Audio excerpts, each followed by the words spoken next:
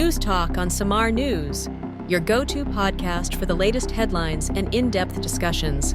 Join us as we unravel the stories that matter most, bringing you insightful commentary and expert analysis.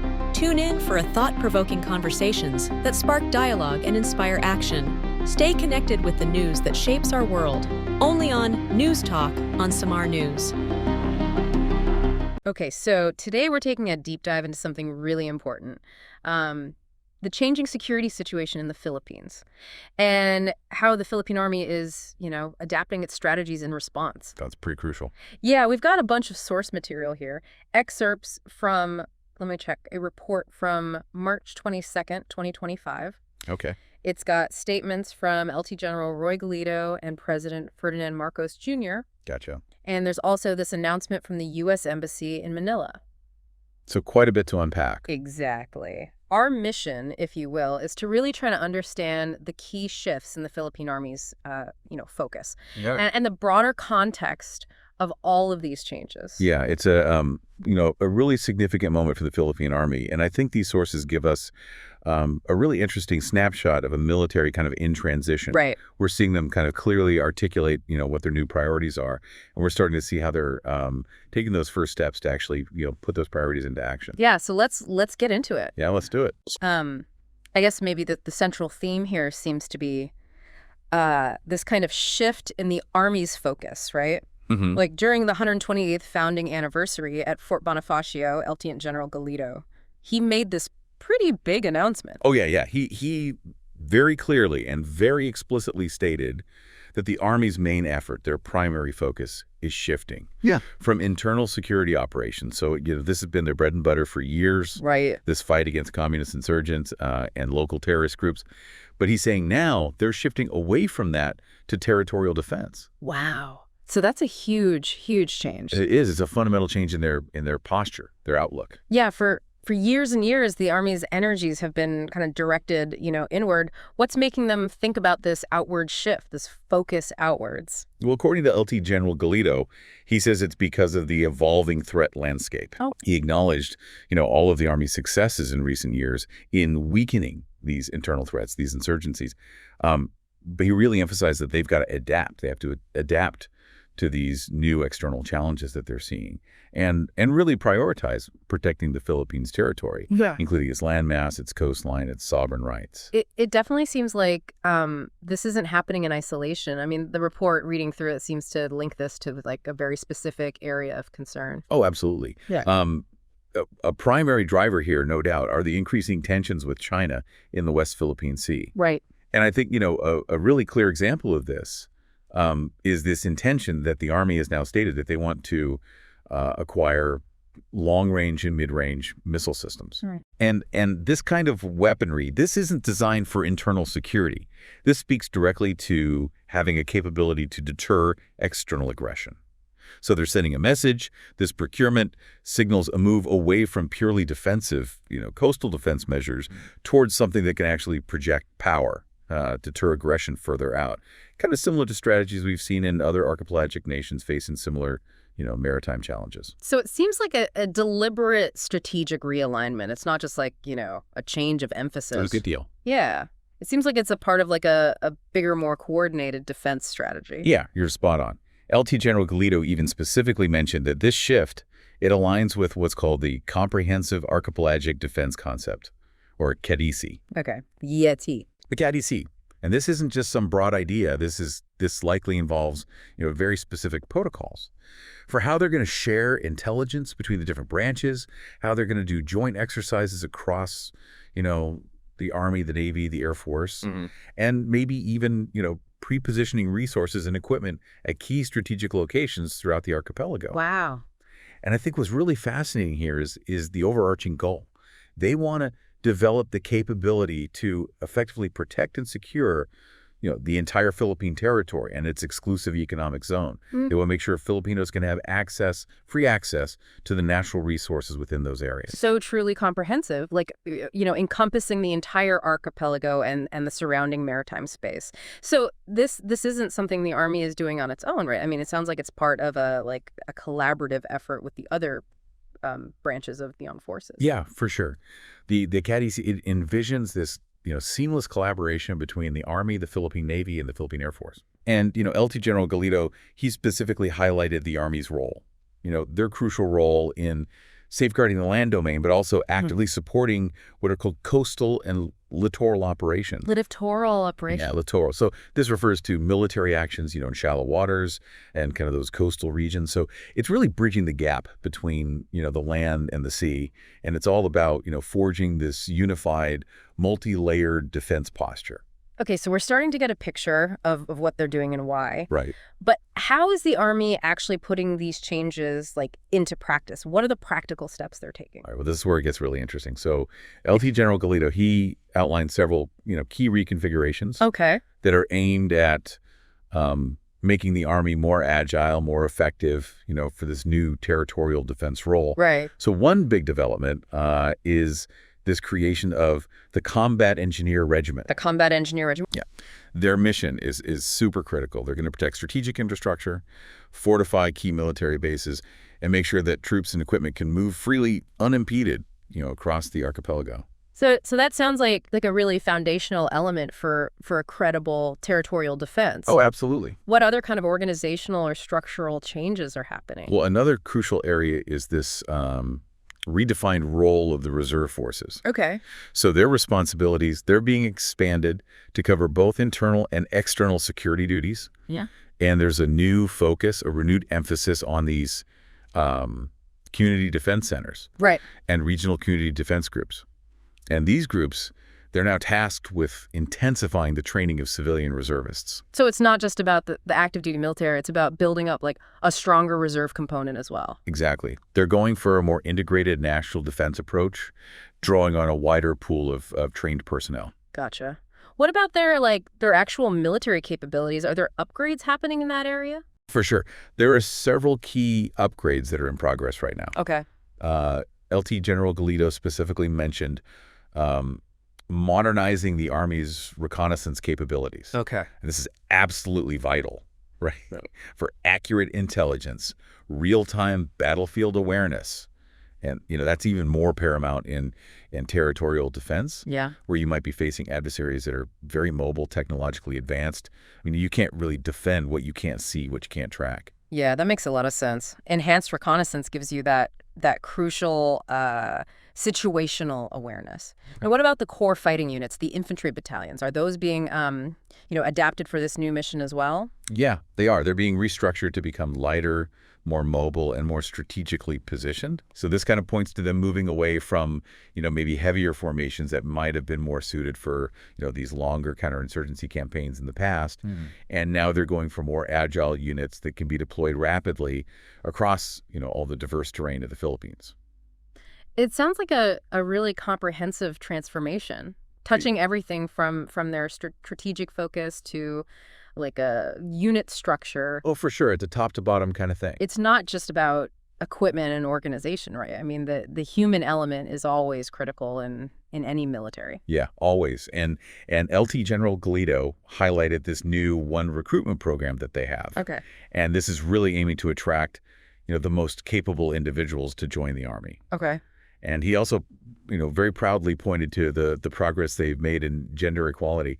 He mentioned over 200 female officers now leading various units in the force. Wow. So that's a substantial step towards a more inclusive and modern military. That's fantastic, and it really reflects a commitment to a diverse and skilled fighting force. The report also mentioned a more solemn moment during the anniversary event, didn't it? It did, yeah. Yeah. There was this really powerful tribute paid to 26 soldiers who made the ultimate sacrifice, in service to the nation. Yeah. It's a sobering reminder of the risks involved in their profession. Absolutely. And then following that solemn moment, they conducted a demonstration of their readiness through this exercise called the Combined Arms Training Exercise, or Katex Katiyan. Katex Katiyan. Okay. That sounds like a pretty large-scale exercise. It was. What was the scope? What kind of message were they sending with that? It was a significant mobilization, over 6,000 personnel involved. And what was really notable, I think, was the participation of units from both the Visayas and Mindanao regions. And LT General Galito, he emphasized this. He said, this is a demonstration of our robust command and control. Their ability to project power and to coordinate effectively, across considerable distances, across the entire archipelago. So they're saying, we can respond to threats wherever they may emerge. Wherever they may emerge, that's right. The report also highlighted some really incredible individual acts of courage. Yes. 3 soldiers in particular were recognized for their bravery in action. Okay. Major Gestoni V. Labarosa, he was awarded the Distinguished Conduct Star for his actions in Zamboanga, Sobigay. Yeah. And then Captain Dexter S. Dewan and Sergeant Raymond L. Causing, they each received the Gold Cross Medal for their gallantry in separate incidents. One was in Negros Occidental and the other was in Maguindanao del Sur. Wow, incredible. And these honors really underscore, the ongoing dedication, the heroism of individual soldiers, even as, the broader strategic focus is evolving and changing. So while the overall mission is adapting, the courage and the commitment of the individual soldiers, that remains constant. Absolutely. So looking ahead, what are the Army's plans for further development? Well, over the next 6 years, LT General Galito said they're going to be making some pretty significant investments to bolster their capabilities. Okay. And this includes something really, really interesting: the activation of seaborne and air defense units. Wow. So this is huge. These are crucial additions if you want to extend the Army's operational reach, their ability to protect Philippine territory, particularly in an archipelagic environment where maritime and aerial threats are so significant. Yeah. Seaborne and air defense capabilities seem absolutely essential if you want to have effective territorial defense in this region. Yeah, think about it. The activation of these units is a huge step. What kind of impact do you think these new capabilities will have on the Philippines' ability to project even, a limited defensive bubble around their key maritime territories? It's a big deal for sure. What about the command structure that oversees all of this? Right. Is that being looked at as well? Yes. The command system, it's also slated for restructuring. Okay. They're transforming the training command and the sustainment command. And the goal here is to really streamline both, how personnel are trained and the logistical functions that underpin all military operations. Which are, of course, hugely important. Oh, absolutely. Right. Efficiency and a robust logistical backbone are vital if you want to sustain any kind of military operation. Yeah. A well-trained force needs effective leadership and consistent logistical support.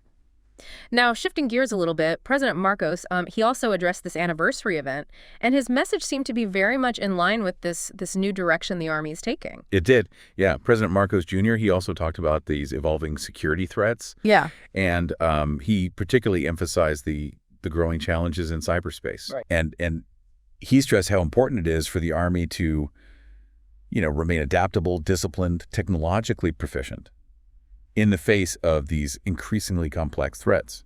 Yeah, the president's mention of cyberspace is really interesting. It really highlights, this critical modern battlefield.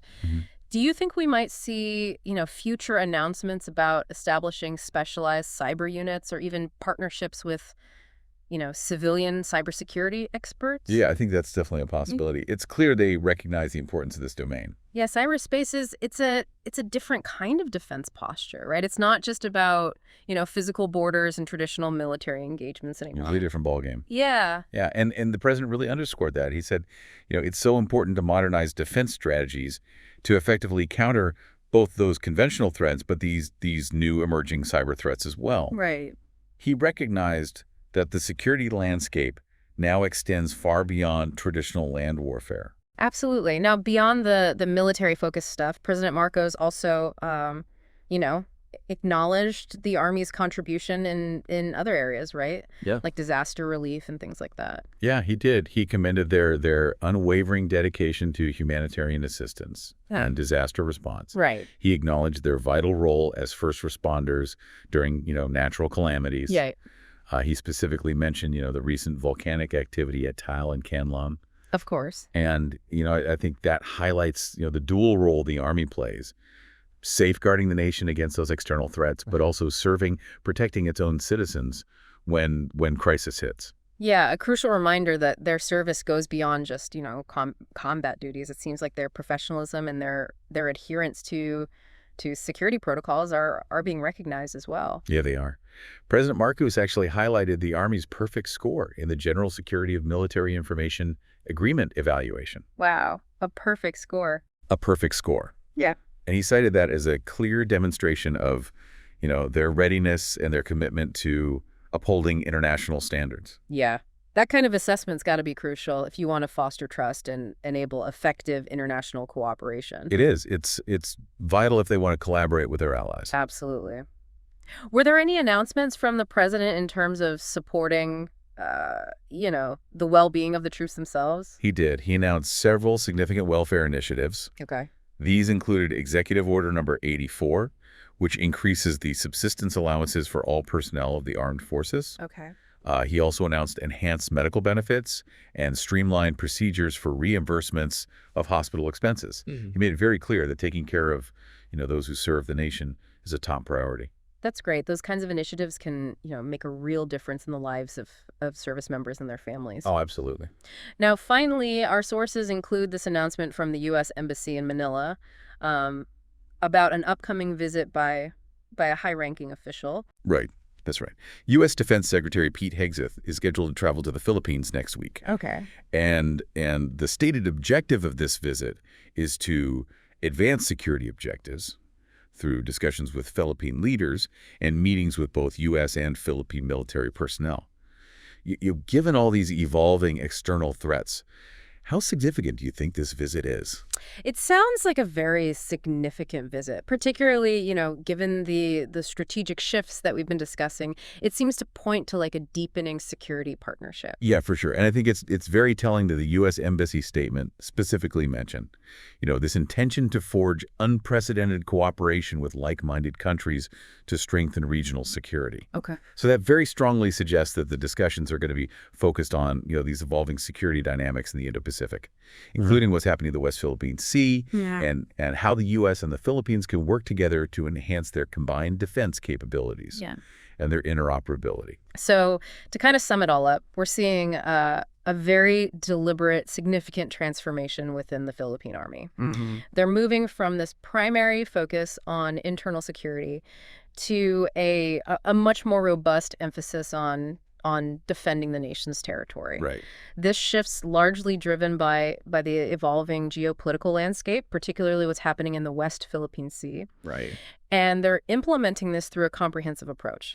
Structural changes, capability upgrades, a stronger reserve force, investments in crucial areas like seaborne and air defense. Right. And this all aligns with this overarching comprehensive archipelagic defense concept, the CADC. Precisely. And I think, President Marcos's remarks really underscored the urgency and importance of this adaptation, especially, in light of those emerging threats in cyberspace. Right.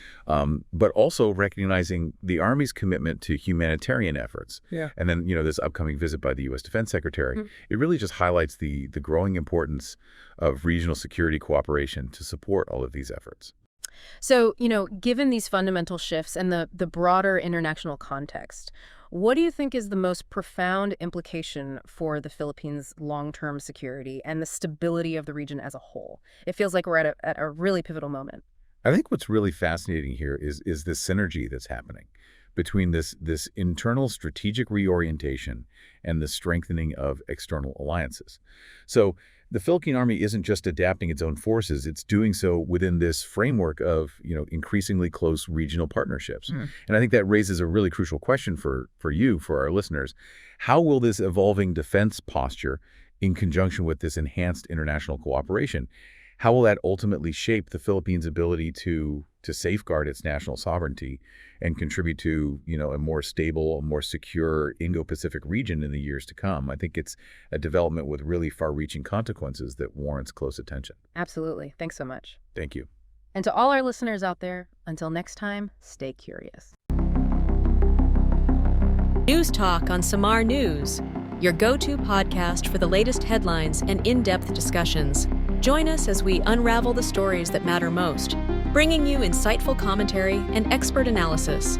Tune in for thought-provoking conversations that spark dialogue and inspire action. Stay connected with the news that shapes our world, only on News Talk on Samar News.